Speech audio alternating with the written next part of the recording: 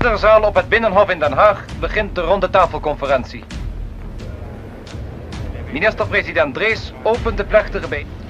Gevolgd door praktische verwerkelijking van de gestelde doeleinden, dan worden die overdracht zal, als ze eenmaal heeft plaatsgehad, nimmer weer teniet gedaan kunnen worden. Assalamualaikum warahmatullahi wabarakatuh. Selamat pagi, apa kabar? Bertemu lagi dengan my YouTube channel Me and My Student. Kali ini kita belajar di tema 2, subtema 2 pembelajaran 4 tentang konferensi meja bundar. Sebelum memulai pembelajaran, kita awali dengan bacaan basmalah. Bismillahirrahmanirrahim. Baiklah, Ibu sudah siapkan video pembelajarannya. Kalian tinggal menyimak dan memperhatikan juga mempelajarinya, ya. Selamat belajar, selamat menyimak. Assalamualaikum warahmatullahi wabarakatuh.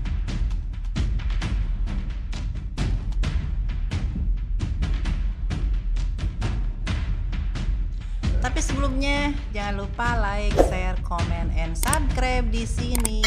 Bila tombolnya masih merah, kalau sudah putih abaikan saja. Terima kasih.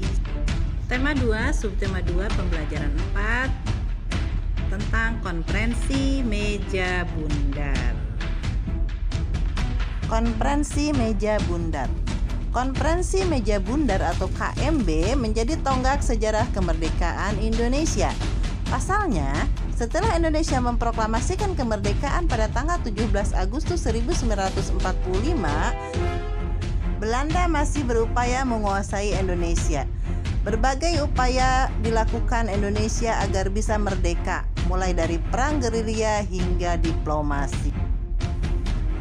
Konferensi meja bundar yang digelar di Den Haag, Belanda pada 23 Agustus sampai 2 November 1949 menjadi upaya diplomasi yang berhasil membebaskan Indonesia dari Belanda. Sebelum KMB, Indonesia dan Belanda sudah beberapa kali mengupayakan kemerdekaan lewat diplomasi. Ada perjanjian Linggarjati pada tahun 1946, ada perjanjian Renville pada tahun 1948, dan perjanjian Rumloyon pada tahun 1949. Diadakannya konferensi meja bundar juga menjadi salah satu kesepakatan dalam perjanjian Rumloyon. KMB bertujuan menyelesaikan sengketa Indonesia dan Belanda seadil-adilnya dan secepatnya. Indonesia ingin jalan dan cara penyerahan kedaulatan yang sungguh, penuh, dan tidak bersyarat kepada negara Indonesia Serikat sesuai dengan pokok-pokok persetujuan Renville. Para pihak yang turut serta dalam KMB mengupayakan agar KMB dapat dimulai pada tanggal 1 Agustus 1949. Mereka berharap konferensi diselesaikan dalam waktu 2 bulan, kemudian persetujuan yang dihasilkan KMB diusahakan selesai dalam waktu 6 minggu. Proses konferensi meja bundar. Perundingan antara Indonesia dan Majelis Permusyawaratan Federal atau Bijencom for Federal Overlay atau BFO intensif digelar pada Maret 1949 di Bangka. Dalam rangka mempersiapkan KMB di Den Haag, RI dan BFO mengadakan perundingan untuk menyatakan pendapat. Perundingan dilaksanakan 2 kali, yakni di Yogyakarta pada tanggal 19 Juni 1949 dan di Jakarta pada tanggal 22 Juni 1949.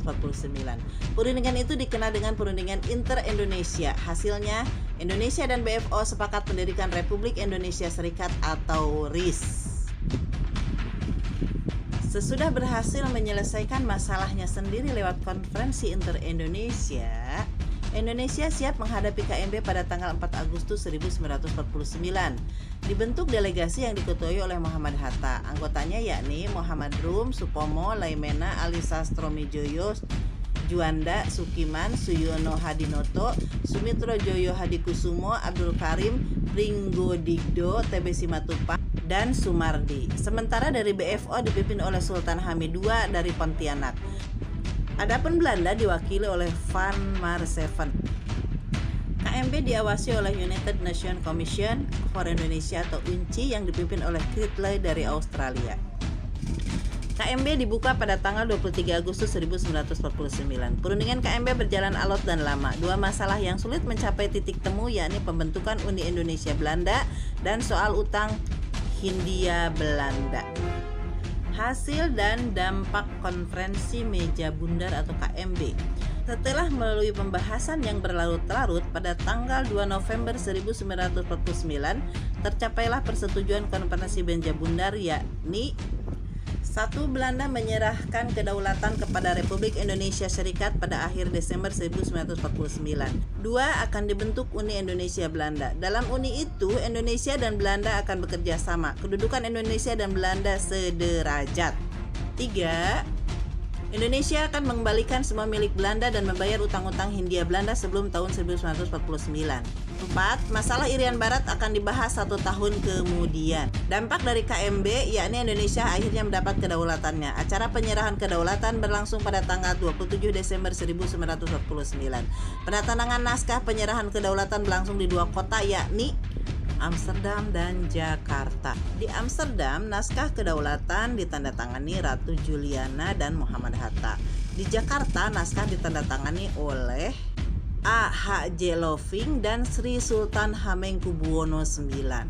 Tanggal 27 Desember 1949, pemerintah sementara negara dilantik. Soekarno menjadi presiden, Perdana Menterinya adalah Muhammad Hatta. Kabinet RIS dibentuk. RIS dibentuk seperti Republik Federal Berdaulat yang terdiri dari 16 negara bagian dan merupakan persekutuan dengan Kerajaan Belanda. Demikian uraian tentang Konferensi Meja Bundar. Selamat belajar dan menyimak kembali. Untuk tugas-tugasnya nanti dilihat di kelas ini ya. Terima kasih. Assalamualaikum warahmatullahi wabarakatuh.